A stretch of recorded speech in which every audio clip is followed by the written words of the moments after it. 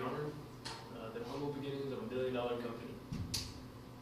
The need, Kevin Plank was undersized and he needed a pace to be able to compete, and he decided that the sweat on his body was slowing him down. So he needed to find a way to cut that out. The problem was that most companies like Nike, Adidas, and Converse were focusing on shoes at the time, and maybe a good piece of equipment, but nobody was really focusing on any good athletic clothes.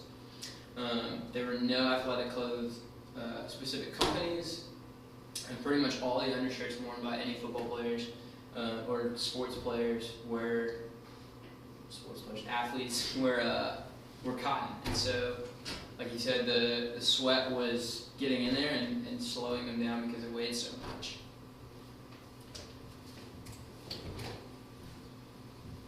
The idea behind Under Armour was basically to create an undershirt that doesn't hold moisture.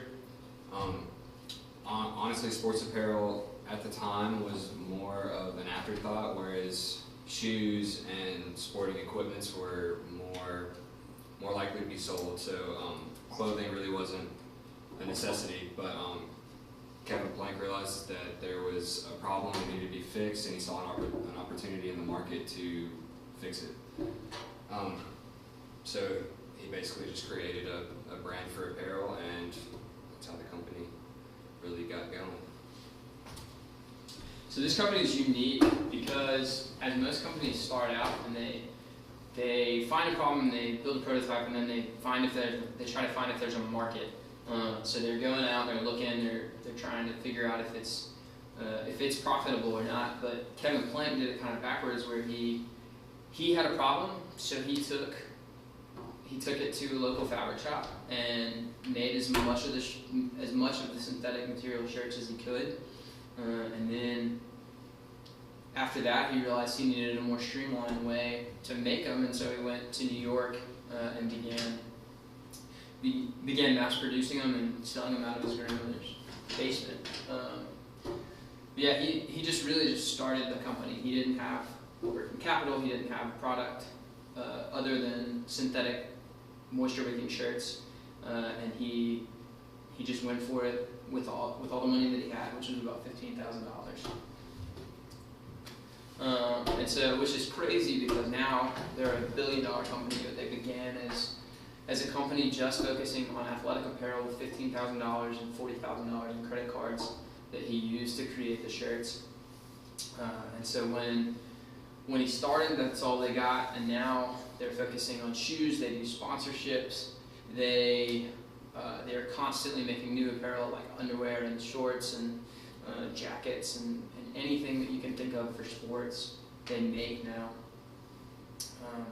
And it began as a company in his grandmother's basement.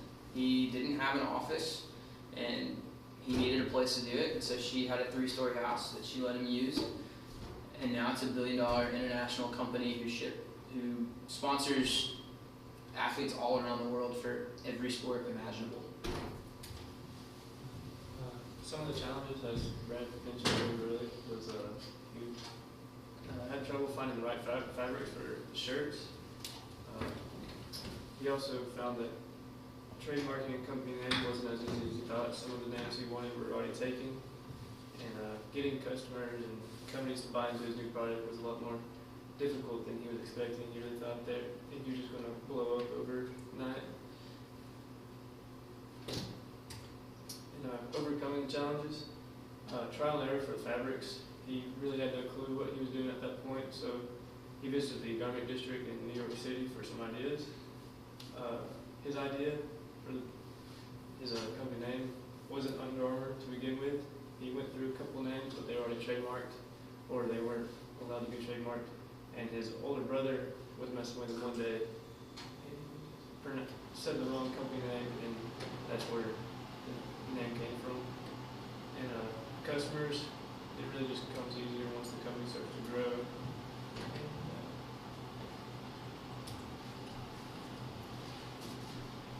Under Armour is expected to grow exponentially. You know, it always has.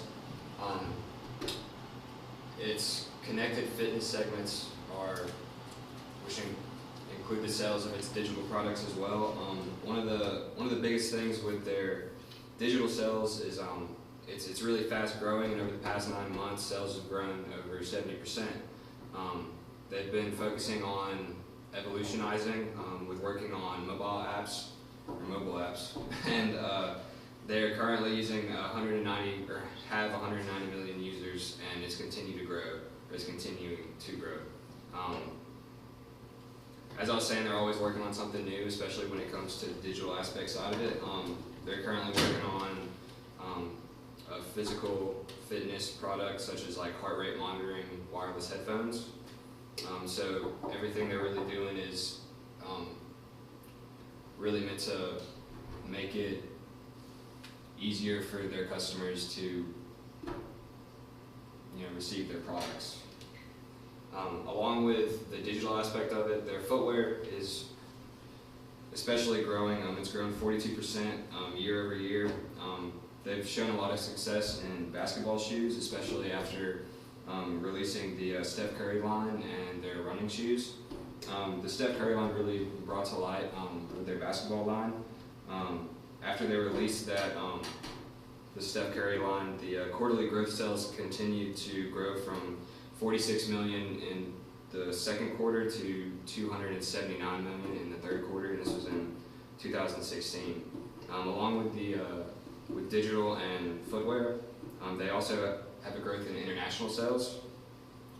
Their international sales consist of apparel, footwear, and just accessory sales.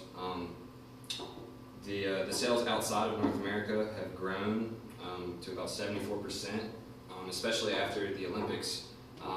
Under Armour sponsored the Olympics gymnastics, which created a worldwide buzz, which sparked their international sales. Kevin Plank went on to say that their quarter 3 sales after the Olympics were the equivalent to the sales of the first and second quarter combined. So, their image across the entire world is continuing to grow, and that's just where the company always seems to produce. What we can take away from Kevin Plank is honestly just his ability to recognize a problem in a market that needed to be fixed, and his ability to see a target in the market and capitalize on it and profit from it. Along with his ability to see a problem and fix it, I really like the idea that his company never has a finish line. There's never a finishing point. They're always continuing to find new ways to better their company and to help their customers in every way.